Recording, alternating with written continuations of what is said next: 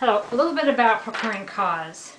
Got a little flyer here on it, but procuring cause in real estate means who was the cause of the sale. For example, I had a guy come up and see a property with me. He called me to see the property, and this is just one of many examples. And I showed him the property. We went back to the office. He asked me all kinds of questions. I gave him all kinds of information, like realtors do. And he was supposed to come in that morning, had an appointment at 10 a.m. to sign an offer. Told me all the terms and everything he wanted. We talked a couple times that evening. Well, he never showed up. It was like a Saturday at 10 a.m. He never showed up. Next thing I know, on Monday, there was an offer faxed for the property from his agent in a neighboring town. So the agent didn't show the property. He was not procuring cause, but he was making the offer. So what I should have done was just let the offer come in and just walk it through. But what I did instead was it made me mad that this realtor was writing an offer on a property that I had shown, right? So what I should have done is, in these situations, you just let it happen because it was my listing. So basically I control the commission. I could either choose not to pay him or whatever. So you let it go to closing, and then that realtor can tell the MLS, hey, she didn't pay me. And then the MLS can take it to arbitration and decide who is procuring cause. So who was the reason for the sale? Procuring cause disputes come up a lot. I've had listings where somebody in a realtor in a neighboring town will call. In my first year in real estate, they'd call and they'd say, will you show my client your listing?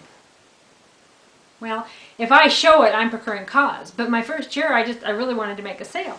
And I asked my broker about it then, and he said, no, don't show it. Make him come up and show it. The problem therein for me, even my first year in real estate, I was a good one, was I knew my seller needed to sell. And I knew these folks really wanted the property. I think it would have been perfect for them, right?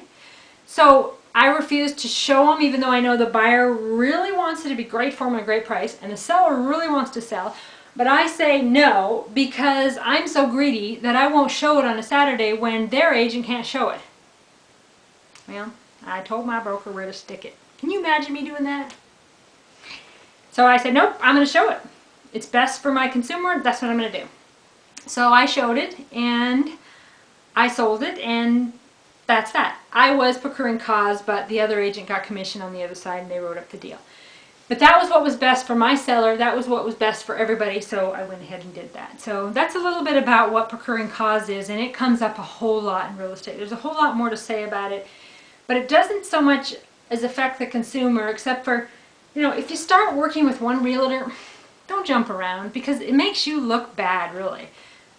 If you start jumping from realtor to realtor, you might demand more of your realtor, say this is what I need to do, or sell as a for sale by owner. But when you move from realtor to realtor, anyway, you have to sign like a locating agreement that you're working with a particular realtor. All of these games and just don't use a realtor. But at any rate, if you see a property with one realtor, you got to sign the deal with them, or you're just going to cause just a whole bunch of trouble for a whole lot of people. So that's a little bit about procuring cause. Check out realestateindustrywhistleblower.com.